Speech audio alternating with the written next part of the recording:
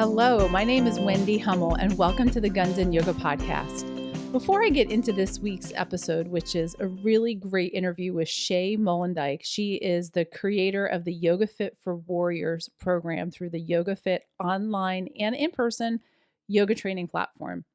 Shaye is an amazing individual, and I had originally planned on having this podcast go out on International Women's Day, but we had some behind the scenes things happen and it got delayed. But in my opinion, it's okay to celebrate women any day of the week. So, in light of that, we're going to share a video that Shaye did for International Women's Day that I'm going to put in the show notes. And I also wanted to talk briefly about a class that I had the opportunity to take with Shaye. So, when we recorded this interview, she had told me about an opportunity to take a 2-day workshop with her, Yoga Fit for Warriors. And I wanted to speak briefly on that before you hear our conversation, because I can't stress enough how valuable and how wonderful this training is. So, I've taken a lot of yoga training over the years. For those of you that know what this means, I have an ERYT, which means I have over 1,000 teaching hours in yoga, went through a 200-hour program, and then went on to get a 500-hour program designation, which means an additional 300 hours. What that means in really like basic language is maybe like a master's degree in yoga. But I haven't stopped there. I continue to do ongoing continuing education for yoga, specifically trauma-informed yoga and subtle practices. So I have been through some of this type of training before, but I am a continual learner. And so with the questions that came in from you all about how do I start a yoga program at my agency? How do I get the training? What kind of training should I go to? What's a good program? And then my own interest, I wanted to share this valuable resource with you. Check out YogaFit, specifically the Warriors track. There's so many opportunities and options, but Shaye created this program out of a need that she saw, and she'll get into what that is. She has a background as a military person. She's a retired lieutenant colonel from the United States Air Force. She's trained as a therapist, and she is a yoga therapist. And she'll get into the differences between what yoga therapy is and being a yoga instructor, and the distinctions between the two types of programs because they are different. So after I took the 2-day training, one of the required books of reading was a book written by Peter Levine.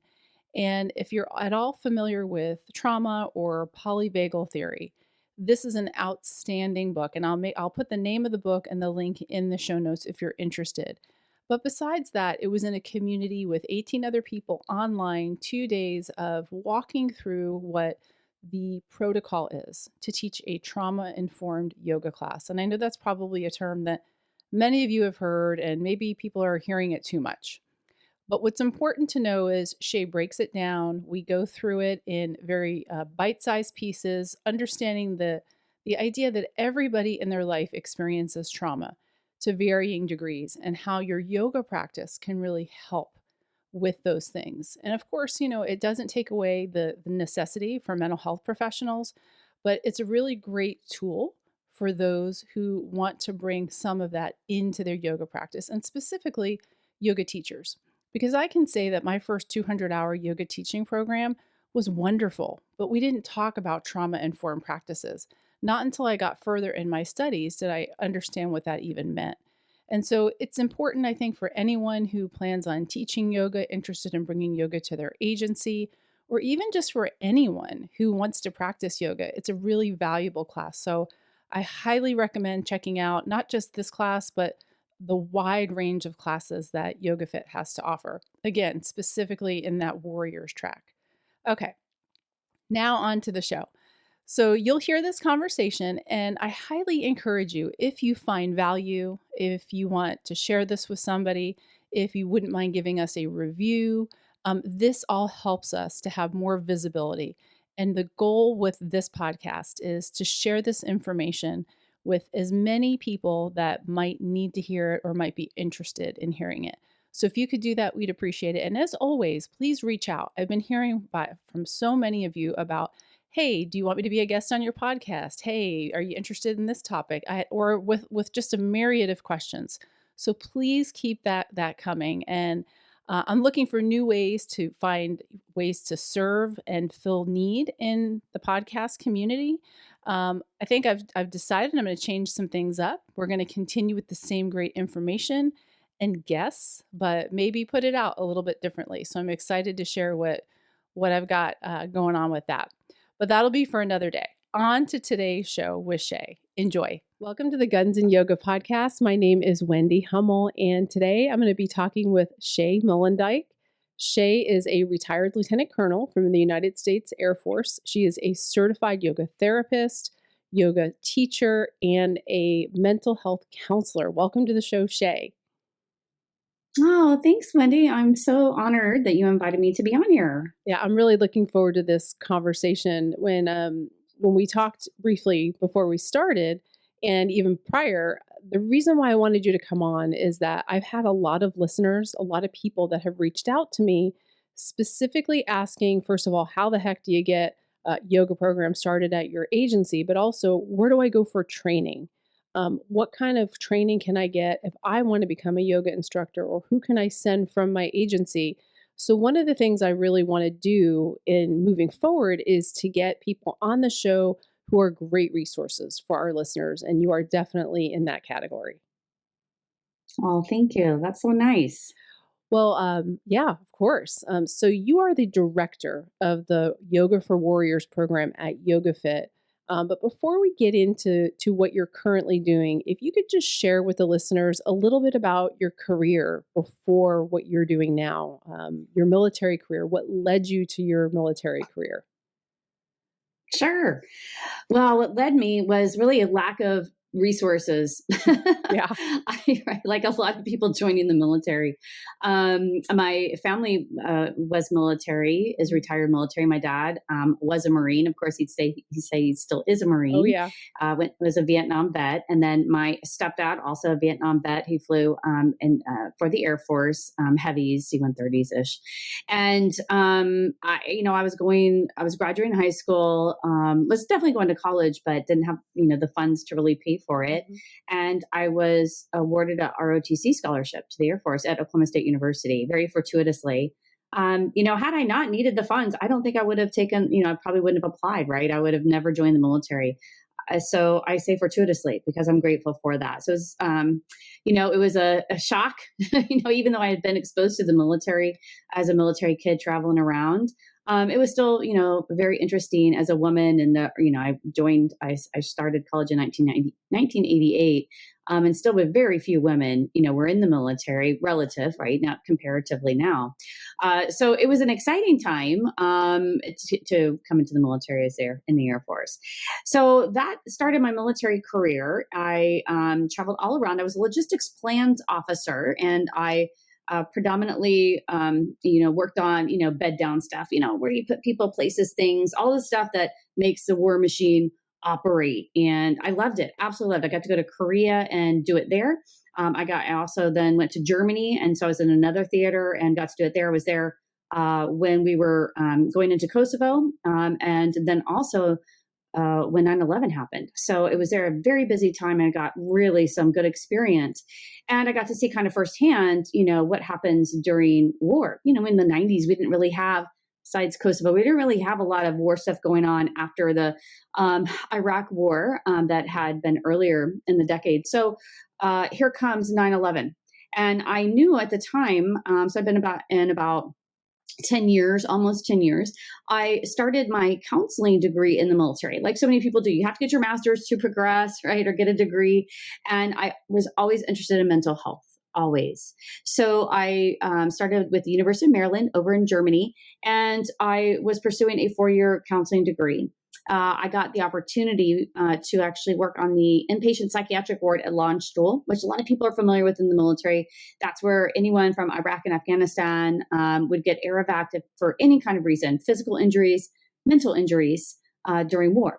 So in 2003 is when I was working on the psych ward, and I got exposed to a lot of mostly young men, quite frankly, 19 to 24, who were being air evac'd from Iraq. We were going into Iraq at the time, and they had mental health issues. A lot of them were suicidal, despondent. and really, really the impacts of war were hitting them. Of course, they were quite young too.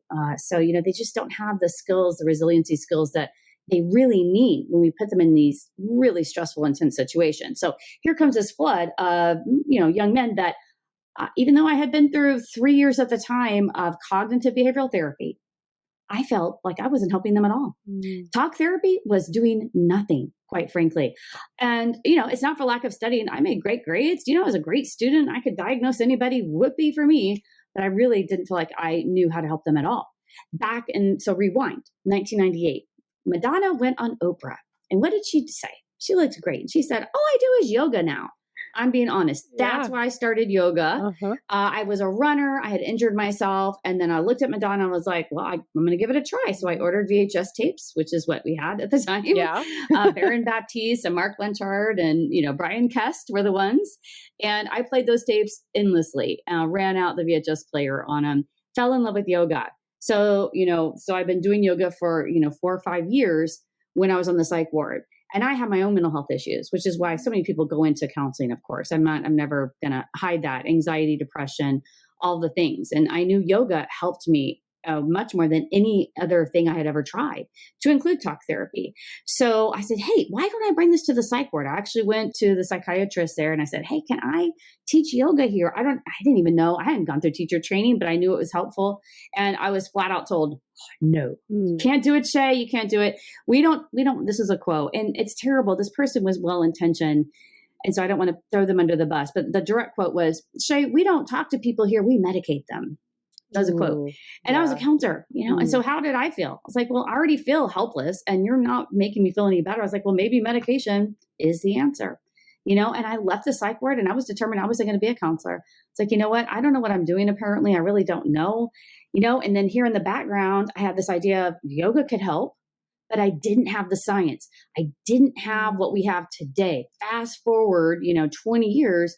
Oh my gosh, in 20 years, the growth in the field of what did trauma do to the nervous system and to the body. And then now the fundamental understanding of what makes yoga effective to treat that. That's what brought the Warriors program into being. 10 years ago, I put it all together, read an amazing book called it's in an Unspoken Voice by Dr. Peter Levine that changed my life and really birthed the YogaFit for Warriors program, which is trauma-informed yoga. So it puts together my military and the mental health. And then also yoga and the somatic, right? The soma, the wisdom body, understanding that the body holds these memories, which is why my talk therapy, my top-down processing, fancy words wasn't really landing. I wish I could go back and do it differently. And I wish I could go back and articulate to that psychiatrist why yoga should be brought onto the ward, how it works, why it works. But here we are today, 10 years later. Did that answer your question? Probably too long. I'm sorry, but I get excited about it because, there's a reason why it did come to being, in the world. So I like the story. Not too long at all. I really appreciate your enthusiasm and the explanation, because I think it's important for people to understand, first of all, your background and what led you to want to develop this program, because there's such a need. And it's just fun for me too, because everything you're saying, yes, yes, yes, and yes. We as first responders, people who work in these demanding professions in the military, we need this more than ever. And I'm a proponent of mental health. I think it has its place, and I think it helps a lot of people. But I also know from personal experience, just like you said, we all land in our places because, there's a reason. And I know for me, it was the same thing. Is therapy has helped me, coaching has helped me, but what's helped me the most, I truly believe, is yoga, mindfulness, breathing, because there's so much in my body. There's so much that gets trapped, and I know we'll talk a little bit more about that. So I appreciate the explanation. So what I want you to do next, if you don't mind, is explain to our listeners, because I think a lot of them won't have this understanding, is all your credentials, and kind of really just break down, if you don't mind. You're a yoga instructor, and I know what it means to be an ERYT 200 and 500, but I know many won't. So kind of what goes into that, and then of course your certification as a yoga therapist. Yeah. So, I work for the school. I'm the director of education, in addition to the YogaFit for Warriors program director for YogaFit, which is really the largest yoga teacher training school in the world. We train the most people all over the world. We've been in existence since 1994. I started with them in 2003. And so at that time, when I came back from the States in 2000, or I should say from Germany in 2003, I started my teacher training with them. I immediately knew I've got to get some education here. Mm-hmm. And back then there was no 200-hour RYT. That was a new thing. And RYT stands for Registered Yoga Teacher. And it is really through this organization called Yoga Alliance, that is a registry of yoga teacher training schools that they have recognized as being official. So in 2006, that was the first year that a 200-hour RYT was, created. And Yoga Alliance started taking applications from schools. So we were one of the first to apply and get approved. So that's your basic, 200 hours. It's 200 hours of training. I loosely compare it to getting your bachelor's degree, right? Loosely, maybe associates, maybe is more appropriate. So, that's a substantial amount of hours, to get teacher training. Mm-hmm. But here's the deal. I got to the end of that and I was like, well, I want to know there's more. That just, scratches the surface, 200 hours, and you get addicted to it. You get addicted. If you ever does yoga knows, man, you just, there's something about it that is compelling and satisfying at some deep level of being. So the next step, we started creating a 500, okay, we need more. So really it's called a 300-hour RYT, 300-hour programs, but you add those two up and you become a 500 RYT. So I'm a 500 experienced registered yoga teacher. So another 300 hours, right? And I'm still not satisfied and we're still not done creating. So now you got a master's program, and here comes yoga therapy. Now, yoga therapy has been around for 30, 40 years, really came over from India's specific lineages.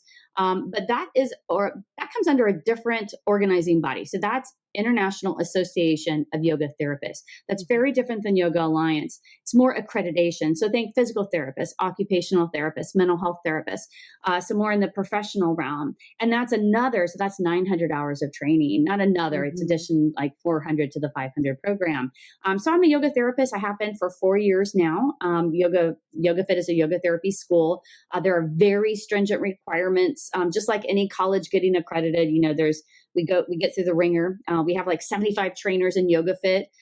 So we have breadth, I like to say, and depth. People work for us are cardiac nurses and physical therapists. We have 3 licensed clinical social workers. We have some amazing people on our team, so I'm not the only one. But anyway, so that's what that is. Did that answer the question? I guess. Yeah, definitely. And you also have to have, so many hours of experience, just like in the military. If you're going to get a badge, if you're a pilot, 5,000 hours. So I have over 15,000 hours of teaching experience, right, through workshops and teaching. Wow. Right. So, and that's my livelihood. I do it. It's my full-time job, part-time job. I'm a yoga therapist. I see clients one-on-one, and then I do workshops, mostly trauma informed and under YogaFit. Wow. Well, I have to say I am a little bit jealous that this is what you get to do full time. I absolutely love, what I do in my current job as a wellness coordinator. One of my most favorite things to do is to teach yoga, which I get to do at work. I just don't get to do it as much as you do. I know. I feel so fortunate, and it really is just, I feel, incredibly blessed to be able to do that full time and just feel like I'm helping so many people, but really, honestly, they're my medicine too. How that works. I know what you mean. Yeah. And the thing, to hear you say this, it's so validating because for me, one of the things that I get really the most satisfaction out of is teaching yoga to people, especially who've never experienced it before.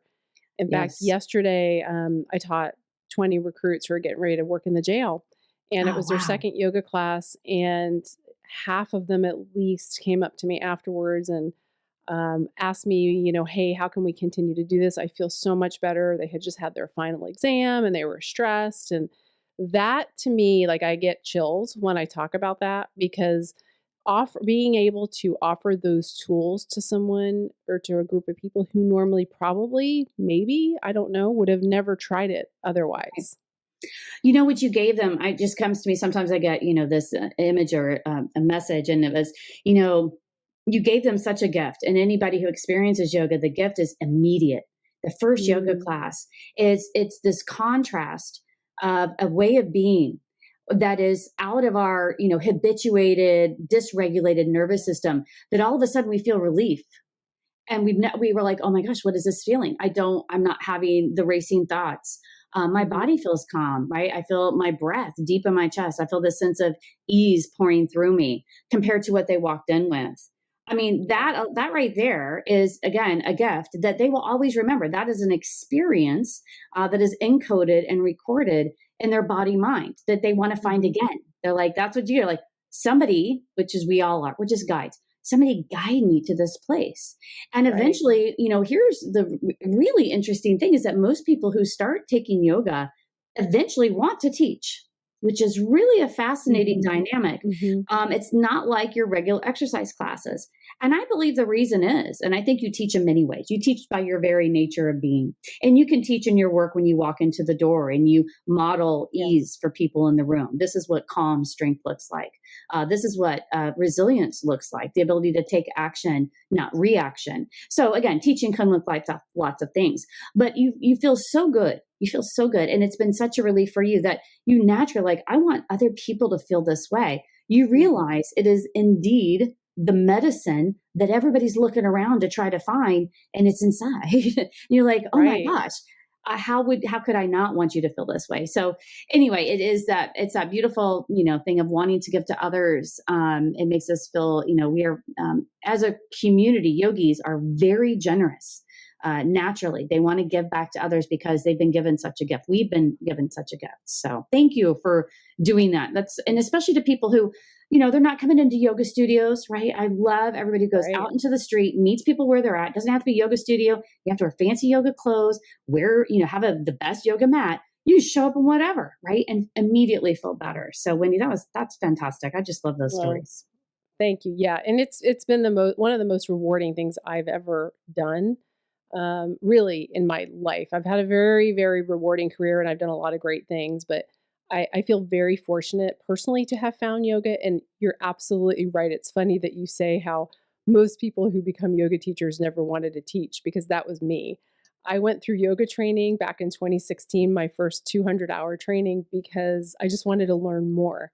I had been practicing because of the type of career I had, very high stress, and it just made me feel better. But I didn't know why until I learned. I just knew I felt better. And it's funny you mentioned Madonna, because the reason I went was to lose baby weight and to sweat and to get more fit, right? Get my abs back after a C-section. And I had a lot more happen a lot more than what I expected. Yeah. Right. I always had the bait and switch. I'm like, whatever gets you in the door. Exactly. Right. And so that's exactly how it started for me. And then fast forward, I went and found a 500-hour program and don't have as many teaching hours as you, but, ERYT 200 recently. And congrats. It's kind of, thank you. I kind of can't believe it's happening already like that. I was like, wow, I've taught quite a bit and I didn't even realize it. Goes by fast. Does. I can't either. It does. So when it comes to yoga therapy and trauma-informed yoga, if you could talk a little bit about that to the people who are listening and what the difference is, because I've had a lot of people ask me this question. I go into a yoga studio and you and I both know there's so many different practices, styles. It depends on the culture of the studio. It depends on the instructor. Yeah. So could you maybe break that down a little bit for people who are listening about what trauma-informed yoga is? Absolutely. So the fundamental difference is language. Mm-hmm. I'm trying to keep it simple. I mean, there's so many things, but when it comes down to it, if someone were to hand me my teachers and people, by the way, people can take our programs. I just want to throw this out there. Our trauma-informed programs are for yoga teachers, but also people who just want to help heal themselves. So they're experiential as well. Mm-hmm. And I love that. We have amazing groups who come together and mental health professionals. So just anybody out there who's hurting and suffering, these programs are for you. They're calling to you. You're teaching yourself, right? You are a teacher. You're teaching yourself, right? So the difference is in these trauma-informed programs, and the foundation of trauma-informed yoga is inclusivity and safety and choice. And so if we come in, and this is very difficult for me coming from the military, to try to speak in a language that is inclusive, process-oriented, action-oriented, we use language that is connected and collected. So it's let's, us, our, we, instead of I want you to, which is command language, which is military language. Now, that being said, Sometimes if I go in and I'm teaching military or first responders, which I have, I will use command language because they need to know, first of all, that they're safe with me and they're going to feel safe at their nervous system level, starting with, I want you to.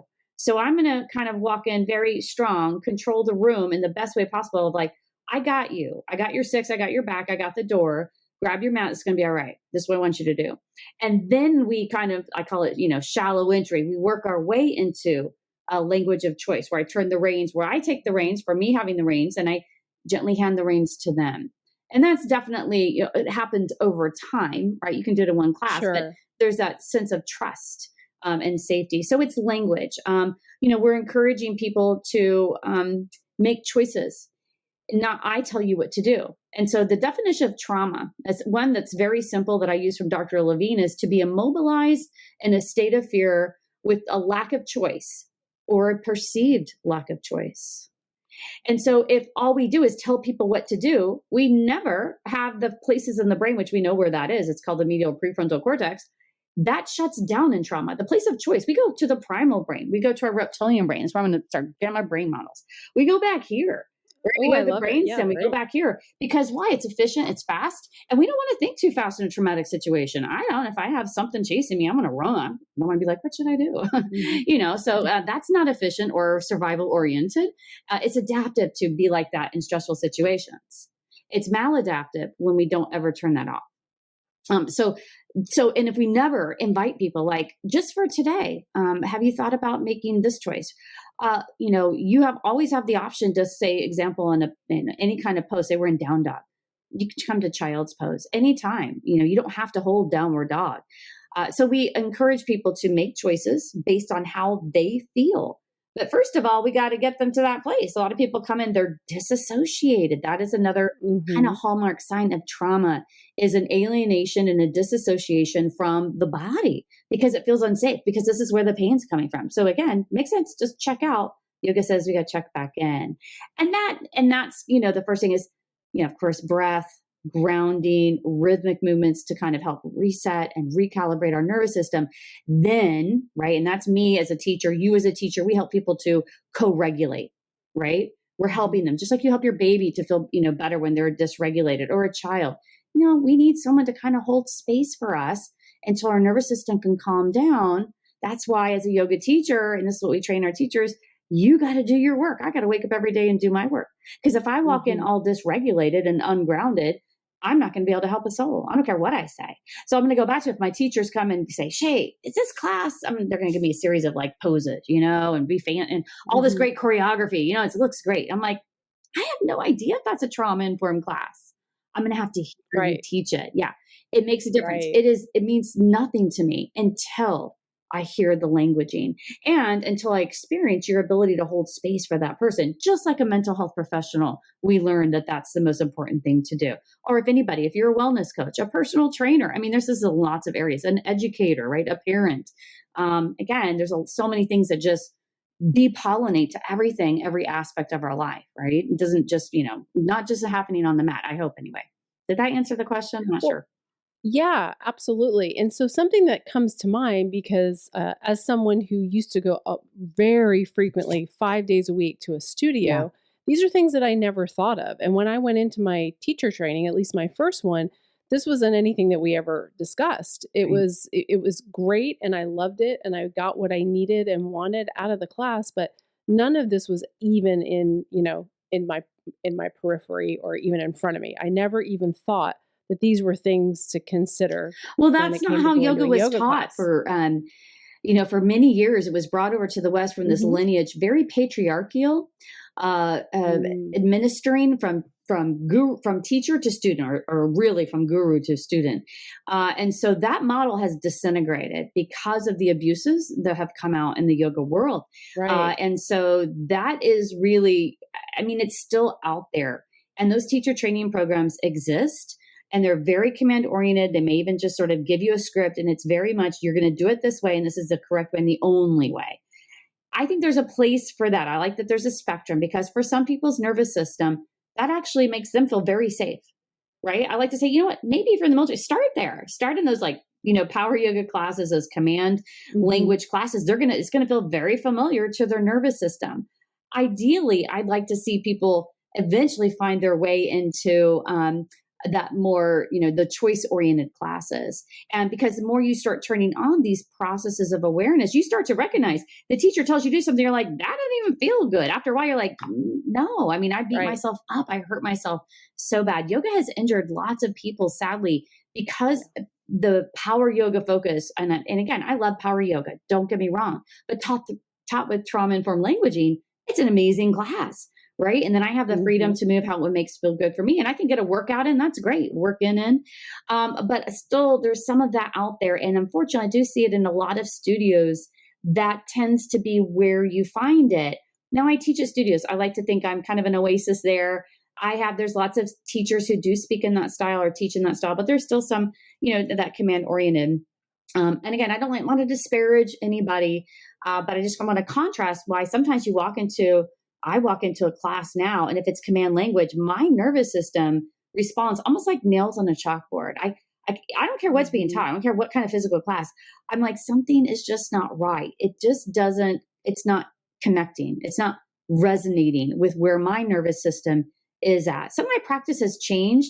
I think anybody who practiced yoga for a while, if your practice hasn't changed, I'm not sure you're doing yoga, right? Because it's supposed to turn on these processes of change, evolution starts to happen. And you just are a different person. I'm a very different person. I mean, I'm still me, but I'm a different person from, sort of a biological or a neurobiological level than I was 20 years ago. And of course, I'm also getting older. So I prefer a little more gentle yoga. I can relate to that. Yeah.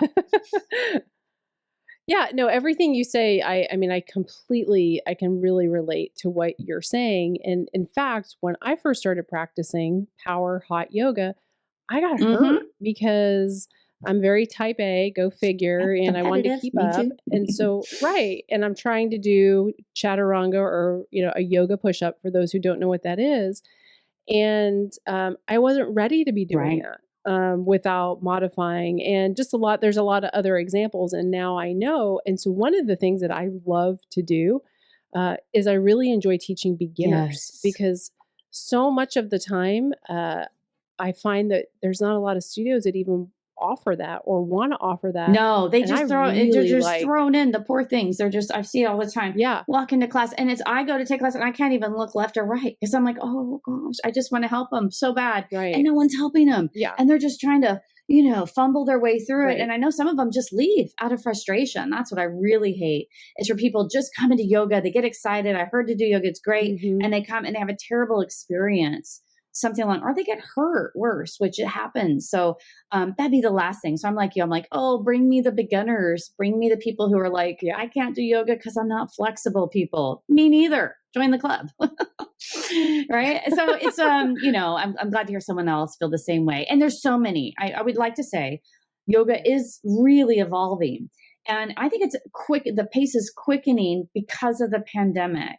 And because of people like our first responders and our frontline medical workers, our educators, our parents, our caregivers who are homeschooling, you name it, everybody has been through the ringer. And we have really, embraced this idea that we've all been through a traumatic experience. Some more than others, for sure. Again, especially our first responders and our frontline medical workers. And so I have a great heart for that population. So, you see them coming into class and I want them to have a break. I want them to get some relief when they come into class. They're the ones who we're trying to reach. So now, the big explosion in yoga really is the more therapeutic yoga. Before the pandemic, if I were to have a class called Yoga for Anxiety, I might get a few people signing up. I do it today, which I've done. Sold out. So that is maybe the silver lining is that we've all are like, I got anxiety. This person got anxiety. I swear, every news report and I every day go through all of the mental health reports. You just saw our girls, 40% of them suffering from massive anxiety and depression. 40% of our 15 to 19-year-old teenagers. Oh my gosh. So I have a heart for them. The list goes on. 60% of our medical professionals have reached the clinical definition of burnout, right? So, and there's long lines. You want to try to go and get help. Good luck getting into a mental health professional. There's a wait list. Everybody is suffering. So that's where yoga comes in because the system's breaking down. And so you're trying to get help and people are going to the ER. That's how desperate they're like, I'm going to the ER because I'm suicidal. I'm going to the ER because I'm having a mental health breakdown. And again, it sounds very Pollyanna, yoga to save the day, but I do believe it. I do believe it because yoga is mental health on the mat. You're coming, you can feel, which is, by the way, the recipe for healing is to feel. You don't have to talk about what you've been through. Now, you may want to, and that's what mental health professionals are for. But guess what? That is a relief. For some people, they don't want to talk about what they've been through. They need to process it, feel it. They may want to later. But usually the first thing that we want to do is work with the body. Go back to those places that have been really held tight, restricted, shut down, and, gently, carefully. It's almost like you're encouraging a scared animal to come out from a hiding place, And so that's why you want to use trauma-informed language. That's why you want to use what we would call prosody in your voice. That's why you want to use, storytelling. There's just all sorts of therapeutic tools we have now. So the biggest change for me is from just like regular yoga classes, people are wanting more specific therapeutic classes like yoga for anxiety, yoga for depression, yoga for back pain, you name it. Yeah. Yoga to help, kids with, ADD, the list goes on. Yeah. I mean, I relate to that too, because my practice has changed quite a bit. And in fact, so has my teaching. So when I have a yoga retreat about 30 minutes from my house that my husband and I did. We got it a couple of years ago with the intention of offering things to first responders and other people. But whenever I offer anything, there's always, it's not just a yoga retreat. It's not just like the body-based physical, like we're going to do a yoga flow. Like the next one I've got coming is healing burnout for a women's wellness retreat. And the focus is healing burnout because of exactly. And so because that's how my practice is. And often what will happen is I teach the way that I practice, because I feel like if I need it, then I bet you someone else does. And then the people who need it, they find you. So I agree. I agree so much with that, Wendy. And I tell my teachers that too. I'm like, teach what resonates with you. Don't worry about trying to be like some other teacher or try to, meet the masses. When you teach what's in your heart, what you feel is good and resonates with you, you're going to, like you said, you're going to attract, there's somebody out there who needs just that medicine. They need you to show up like that, not to try to show up and being some like other fancy yoga teacher, which is what I was trying to do my first 5 years of teaching yoga. I was trying to be a little, mini parrot of Baron Baptiste. And I failed miserably. I shouldn't say I failed. I was successful in some ways, had big classes, but I didn't feel like I was I feel like I was faking it. Just like in the mental health world, I was like, I'm faking this here. I say I'm doing yoga, but it was really shallow, just physical. And yeah, it was a great workout, but I just got an inkling, especially kind of at the end of Shavasana. I was like, why doesn't it feel like this the whole class? Like, why do I have to wait to the end?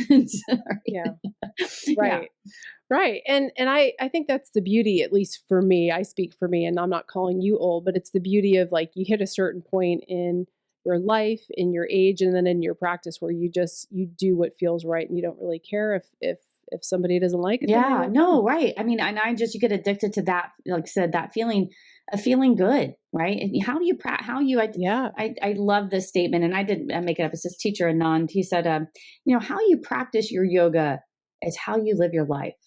So if we practice our yoga really aggressively, it's your practice on the mat is a mirror. What is it showing you? Is it showing you we're trying to find our habits and patterns, what we call samskaras, those, those sort of, record player, that's old fashioned, what's in there. I guess vinyls are coming back, but you can't get off the track. It's not old fashioned for me. My daughter has them now, which I think is super cool. So we teach people like how to recognize when you're in those habituated patterns that are not working for you anymore. And you're like, guess what? You don't have to stay there. You don't have to be there. We're going to notice them like you gave to those first responders. The contrast is that now, oh my gosh, I know how to find my way. You gave them a real map, a tangible map in their soma, in their body, their nervous system. And now the next time they start to feel dysregulated, first of all, they notice it. So it's an awareness game. And then second, they have a way to get out of it. So we turn on these internal processes of healing, but I also like to say the internal navigation system turns on. And so when you are in traffic and get cut off, or just the day-to-day stuff, not even the big stuff, you notice, you're like, you know what, this is not worth getting up. I'm going to take a deep breath, right? I'm not going to let this affect me, and I'm going to move on with my day. So over time, those little irritations stop being irritations anymore. The big irritations for me are less, right? Instead of a mountain, they're like a little molehill. And when I do get dysregulated, I recover faster. So you're going to get dysregulated. You're definitely going to get dysregulated if you're a first responder. We're going to traumatize you. If you're military, I mean, look, we know it before we send you out the door. Why are we not training them how to deal with their nervous system? It's just like I think it's like sending a cat declawed out into the wild. I think it's terrible what we do. We train them on all these other things, but the very thing that's going to make them the most effective, their nervous system and their brain, we're not training them. And it's a tragedy. I just don't understand it. Yeah. Yeah.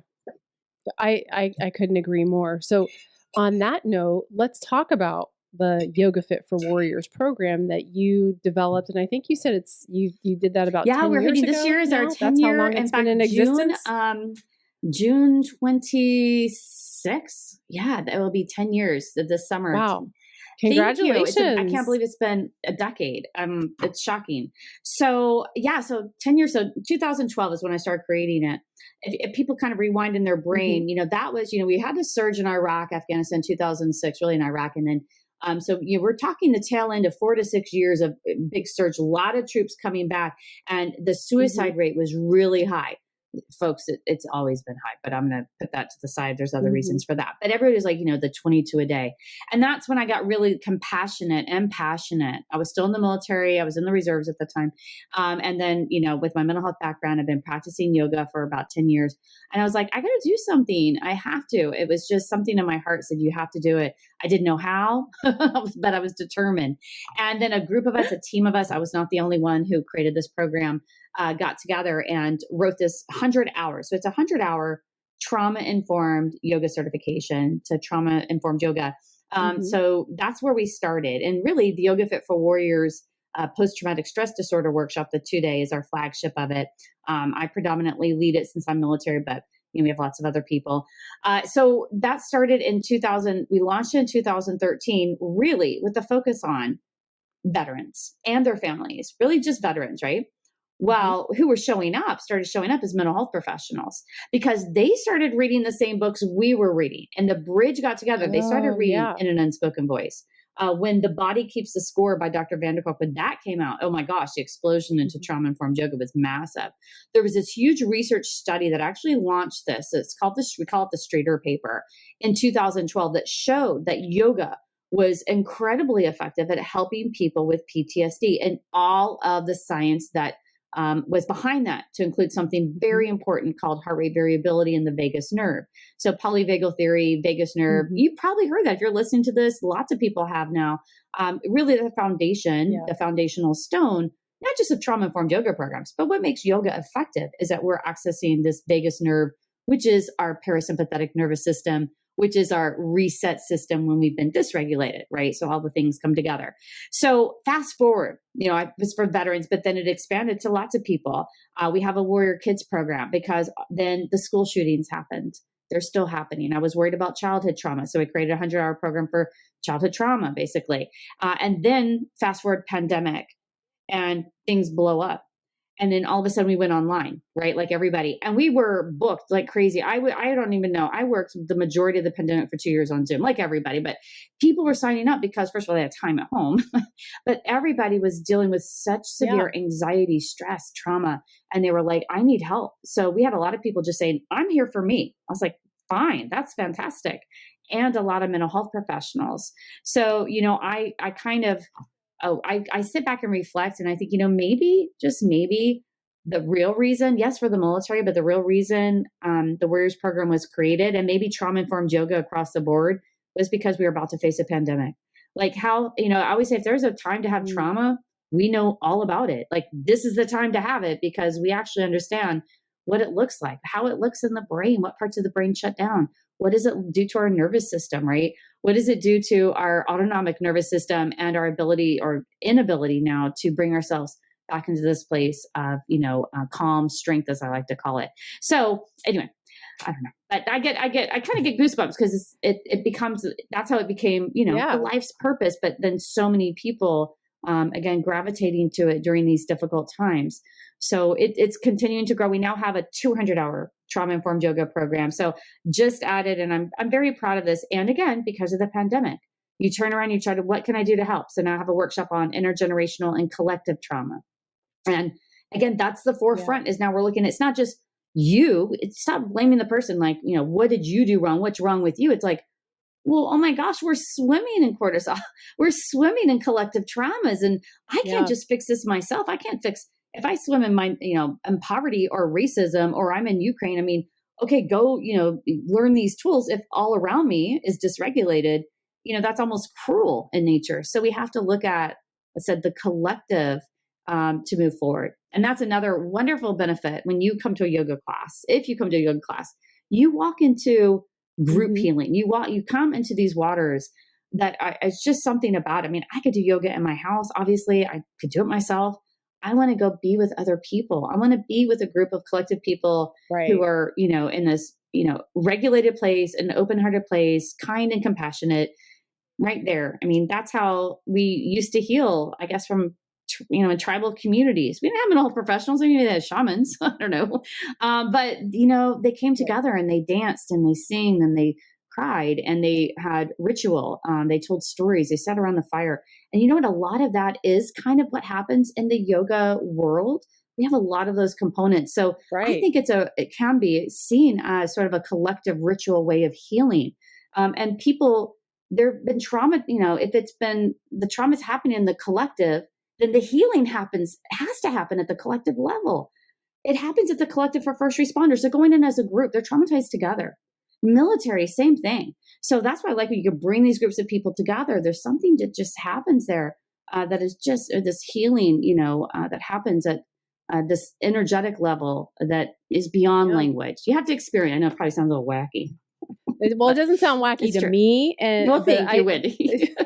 You're my people, but I think you're right though. For somebody who might be listening who's never experienced it, maybe they think it sounds wacky, but once you go to a class, this is what I found anyway. Once I get somebody through the door just one time, then it makes sense. It's one of those things you can explain it away and you did an excellent job. Of course, this is your jam.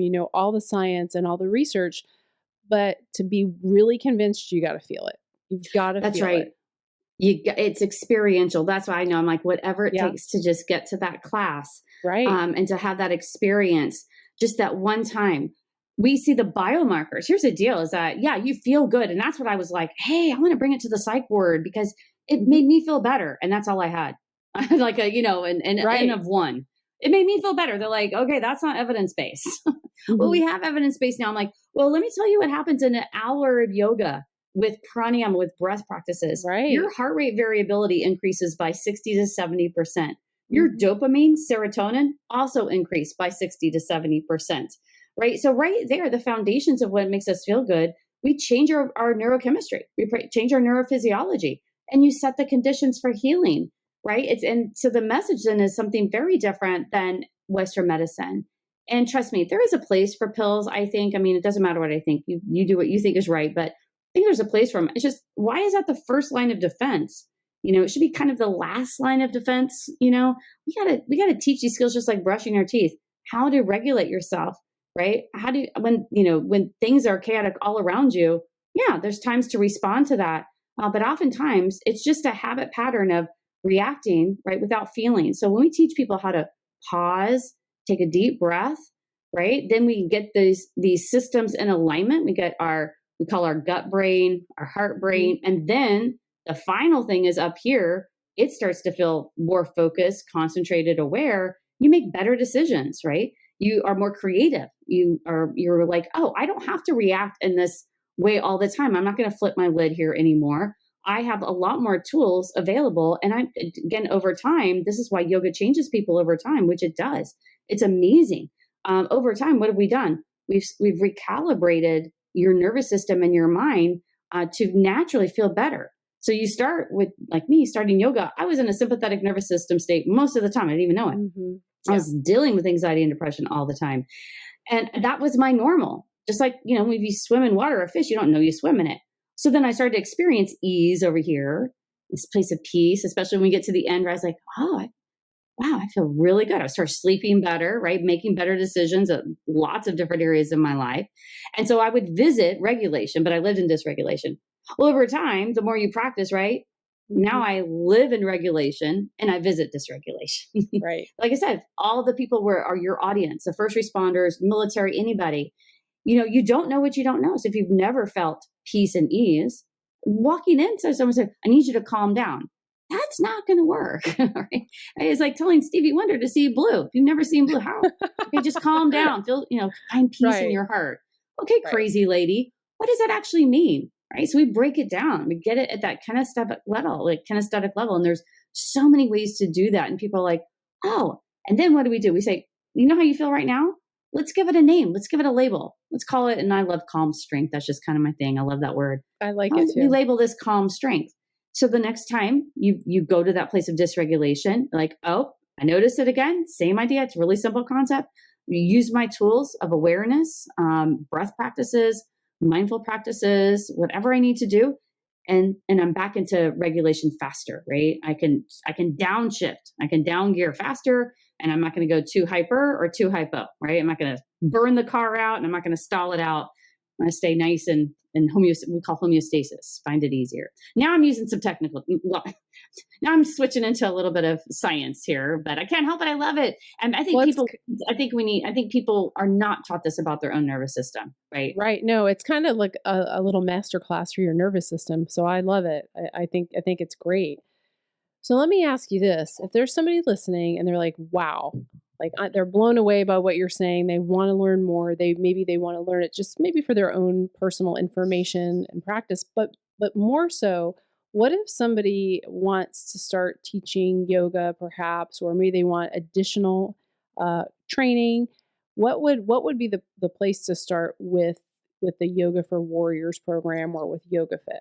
Yeah, I think the workshop I usually would recommend is YogaFit for Warriors. So the program's named YogaFit for Warriors, but there is a workshop, a 2-day workshop, YogaFit for Warriors, really for veterans, first responders, mental health professionals.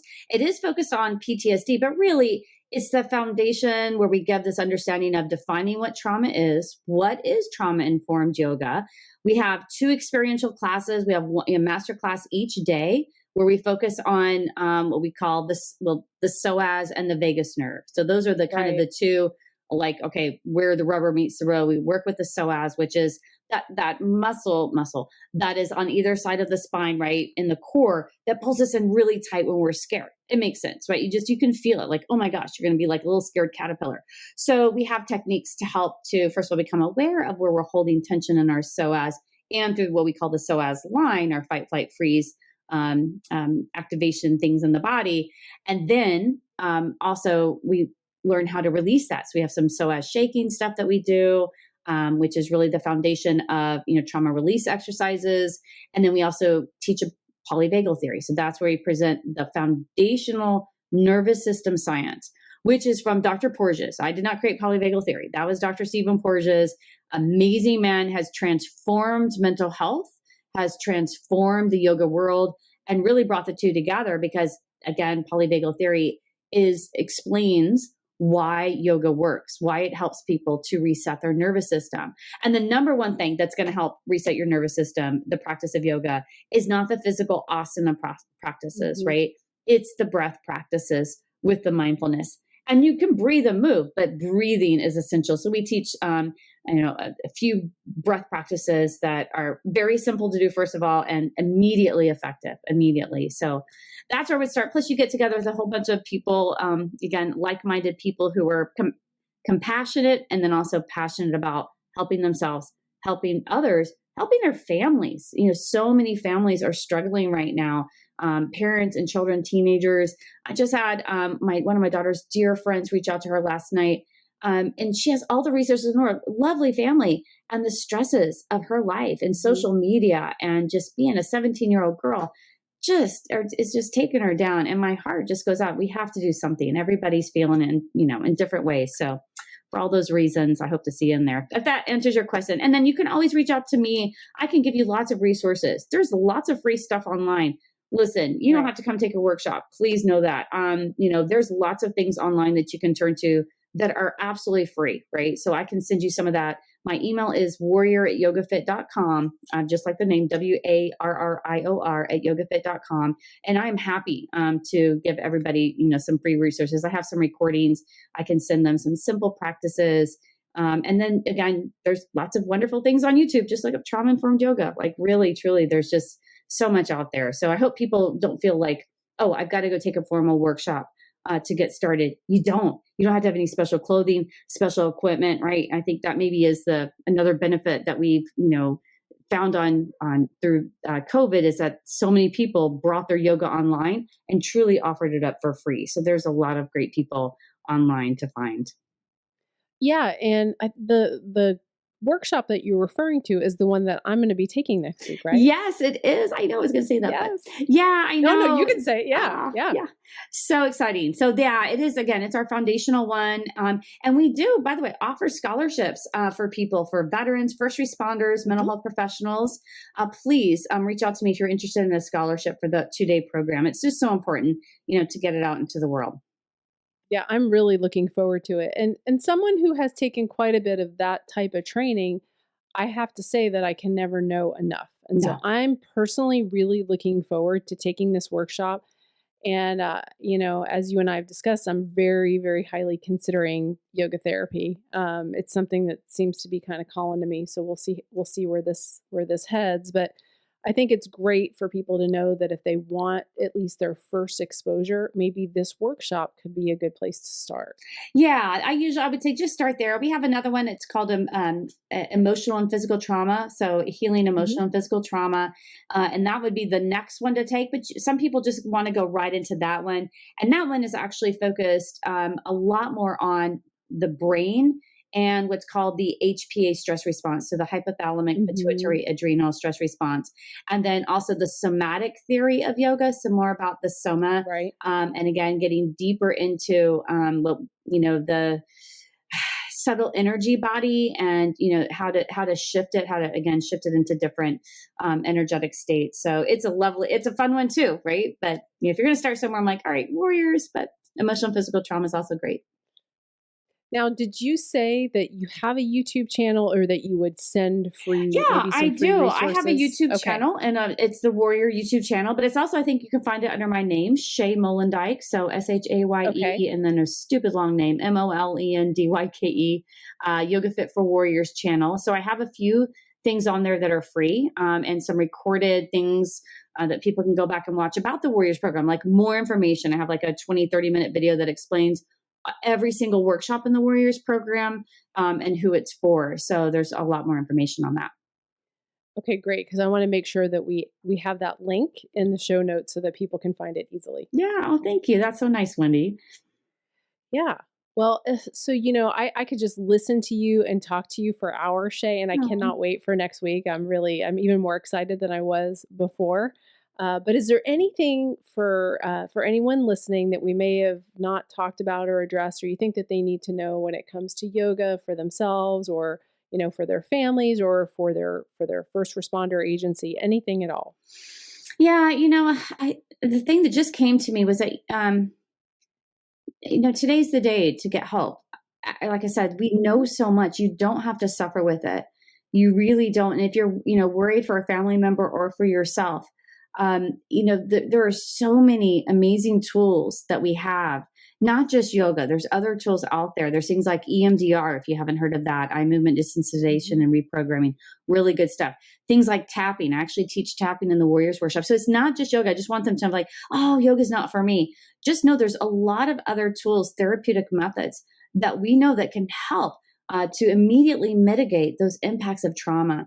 And so the earlier, the better. So the minute you have it, especially if you had like sort of a one-time event, traumatic event, get help early. We can help keep those pathways from getting set to, harden. I hate to say it. You can always go back and change things, but the longer it goes unresolved, just like we're to hold a glass of water. Okay, for the first hour, it's not heavy, but my gosh, 8 hours later, it's like, oh my gosh, I want to put the water down. That's what we want to do. The faster we can get rid of that high allostatic load, we can reset and the body can move forward to healing. So, today's the day. Don't wait. You can get relief immediately. And it's just such again, a wonderful thing for so many people out there suffering who are maybe sitting at home right now. A lot of people tend to isolate when they're going through a lot of stressful, traumatic events. I'm talking to you. You are not alone. This is the beauty of the internet. You don't have to leave your house. We can connect here. It's awesome. You don't even have to have your video on, right? So if anybody, is out there and just like, oh my gosh, what do I do? Just reach out. There are so many things out there that can help you, I promise. And someone is ready to be your teacher. It may not be me. Maybe it's Wendy. Maybe it's somebody else. But I always tell people, like, if you've been through a traumatic event, the way out is to find meaning in it. And that's not easy. It takes somebody to help you navigate to a different place. You need to have someone to help you. We all do. I do. You do. Like, we all need someone after a traumatic event. I promise. Someone wants to help you. I do. I want to. I know so many people do. So if that's the message, then that's the message of hope. And that there's somebody deeply understands exactly what you're going through and how you feel. I promise they do. Oh, thank you for that. That was so heartfelt and so important and meaningful. Appreciate that. Oh, thanks, Wendy. Thanks. I'm so excited to have next week with you to get to know you better too. I know, me too. Now I'm more excited about it. I cannot wait. It's gonna be awesome. Yeah, I'm really excited. I haven't been able to personally take any continuing ed for a while. I've been in a coaching program for for the past couple of years. So practicing and teaching yoga, but not taking any yoga workshops. And I miss it. I'm like, I can't believe how excited I am for this next week because of COVID, I got my 500 hours able to finish it up quicker because it was online.